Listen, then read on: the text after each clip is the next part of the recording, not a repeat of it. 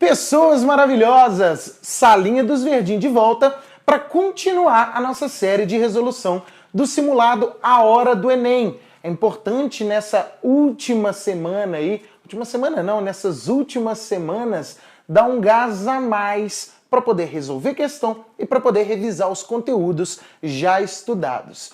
Não se esqueçam de nos seguir nas nossas redes sociais. facebook.com/Salinha dos Verdim. Estamos também no Instagram com os nossos quadros, mapas mentais, fotos, modelos e tudo mais. @Salinha dos Verdim. E também no YouTube, aqui onde você está assistindo a gente agora. Dá um inscrever aqui de baixo e mande as suas dúvidas pelos nossos Snapchats, Gabriel Verdim e Rafael Verdim 1.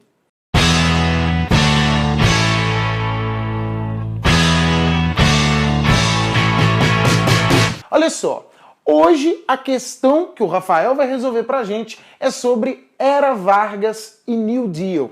Mas uma coisa interessante do simulado, que também aparece na hora da prova, que a gente precisa ficar atento, é o fato de que o Enem relaciona dois conteúdos que geralmente são trabalhados dentro de sala de aula separadamente, a Era Vargas, e o outro, o período entre guerras pós-crise de 29, o projeto de recuperação econômica dos Estados Unidos do Roosevelt chamado New Deal.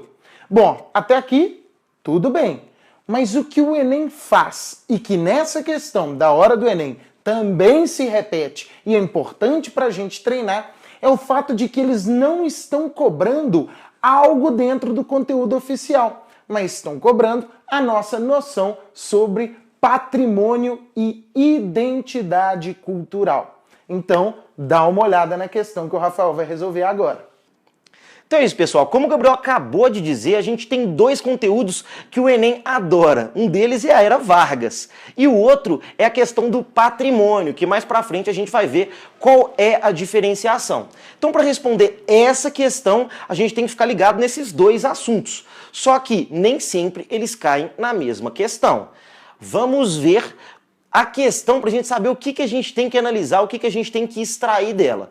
A Era Vargas e o New Deal buscaram ainda construir novas identidades nacionais para brasileiros e americanos, com a valorização da memória e da natureza de seus países. Vargas, além de ter criado o Serviço do Patrimônio Histórico e Artístico Nacional, SFAM, atual IFAM, criou também o Parque Nacional de Itatiaia, o primeiro do país, além dos parques do Iguaçu e da Serra dos Órgãos.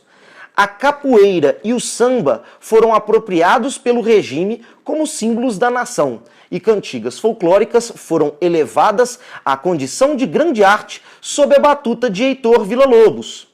Nos Estados Unidos, o muralismo de inspiração mexicana, o realismo social e as cenas coletivas espalharam-se por repartições públicas e sítios históricos de todo o país.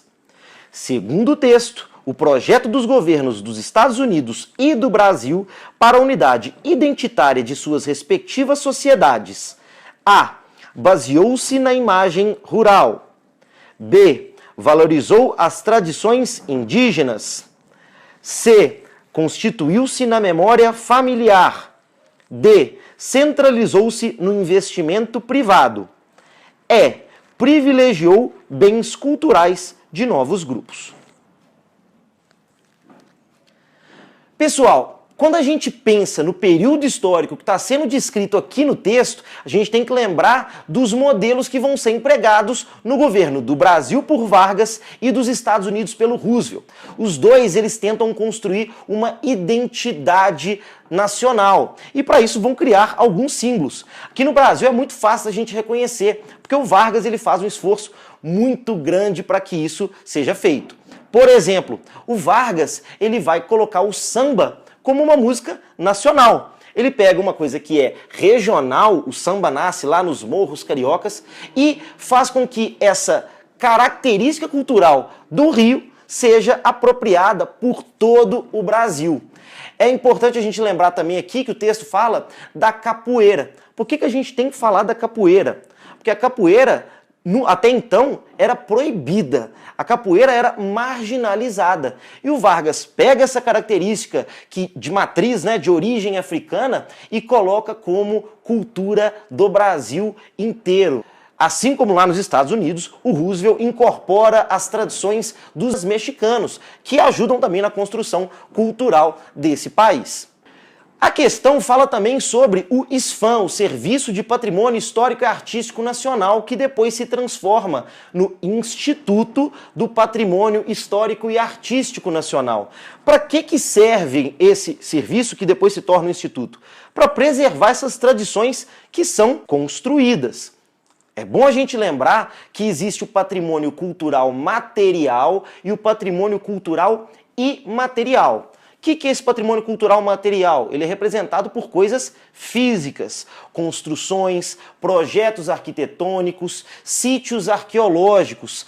Agora, o patrimônio cultural imaterial tem a ver com a cultura, com o viver, com os saberes e com as práticas das sociedades que ali são representadas. Por exemplo, a gente tem a capoeira, que é um saber, que é um fazer, que é uma coisa que está no dia a dia de grande parte da população brasileira. A alternativa que a gente deve marcar, por causa disso, é a letra E, porque a capoeira, que até então era marginalizada, é incorporada a esse projeto de construção nacional do brasileiro que o Vargas tanto investe, ok? É a alternativa E. Então é isso aí, pessoal. Continue acompanhando e compartilhem os nossos vídeos. Um abraço!